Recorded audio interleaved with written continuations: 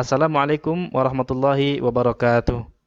Alhamdulillahi rabbil alamin. Allahumma sholli ala Muhammad. Apa kabar teman-teman, para santri dan para pelajar? Kita kembali lanjutkan belajar kitab Matan Ghayah wa Taqrib. Sudah sampai kepada fasal pertama. Kita lanjut kepada fasal berikutnya. Bismillahirrahmanirrahim. Qala al-musannifu al-qadi Abu Syuja' rahimahullah. Faslun. Wala yajuzu isti'malu awani dhahabi wal fiddati. Ini pasal. Tidak boleh mempergunakan bejana-bejana yang terbuat dari emas atau terbuat dari perak. Ini al-dhahab artinya emas, wal fiddah artinya perak. Kemudian kita lanjut kepada halaman berikutnya. Pada halaman 4, wa yajuzu isti'malu ghairihima minal awani. Boleh mempergunakan bejana-bejana piring, baskom, gelas, tadah dari selain bahan emas dan perak. Kemudian itu hukumnya boleh. Faslun, ini pasal. Wasiwaku mustahabbun fi kulli halin. Bersiwak hukumnya sunnah, dianjurkan.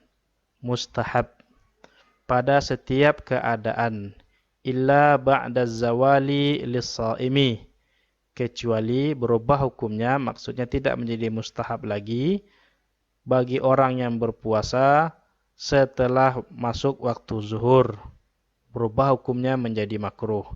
Huwa fi thalathati mawadhi'a ashaddu istihbaban. Bersiwak itu menjadi sangat dianjurkan dalam 3 tempat.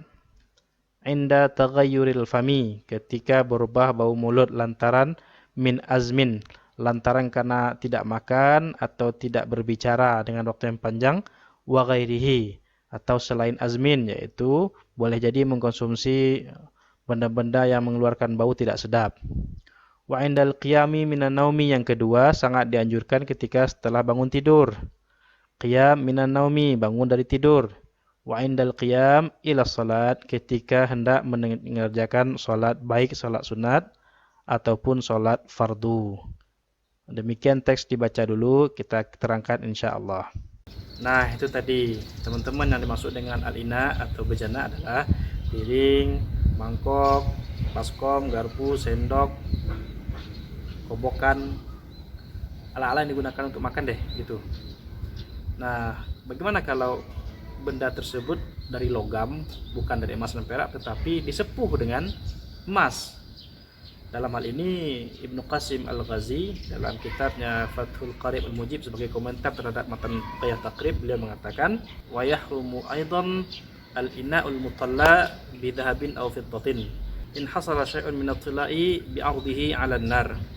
Juga haram mempergunakan bejana-bejana untuk makan apabila bejana tersebut disepuh dengan emas atau perak, dengan kriteria apabila sepuhan tersebut dipanaskan dengan api, dia akan terkelupas dari materi logam itu sendiri.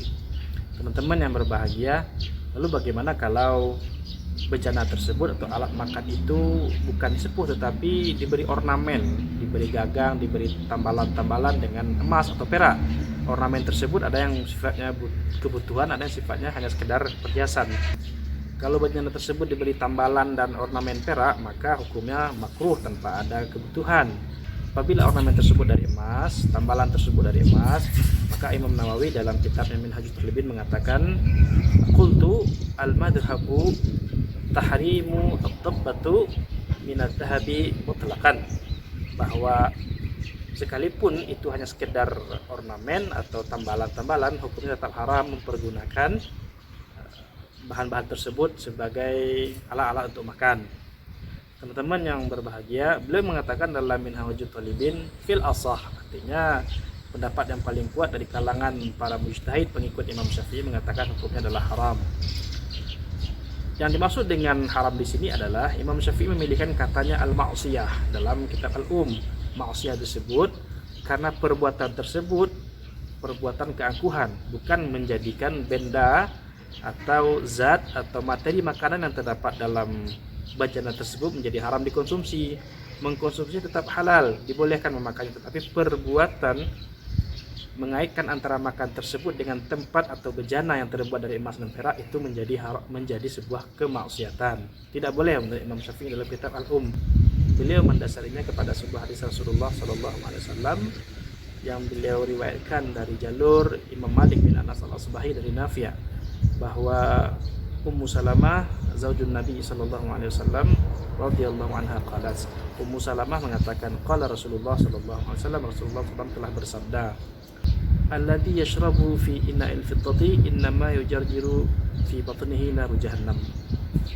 Orang yang minum dengan bejana, minum dengan gelas atau cangkir yang terbuat dari perak, itu sama saja dia membiarkan kobaran api meletup-letup dalam perutnya. Teman-teman, itu hasil ijtihad Imam Asy-Syafi'i yang mendasari hukum mempergunakan bejana, alat-alat makan dari emas dan perak. Bukan haram memakan benda atau makanan yang terdapat di sana. Perbuatan itu perbuatan maksiat. Nah, berkaitan dengan bersiwak, hukumnya makruh bagi orang berpuasa di atas waktu zuhur. Hukum makruh tersebut akan berubah statusnya menjadi mustahab kembali setelah masuk waktu maghrib. Tetap sabar belajar, ikuti terus pelajaran kita sedikit demi sedikit. Insya Allah nanti akan menghasilkan sebuah pengetahuan yang kompleks. Assalamualaikum warahmatullahi wabarakatuh.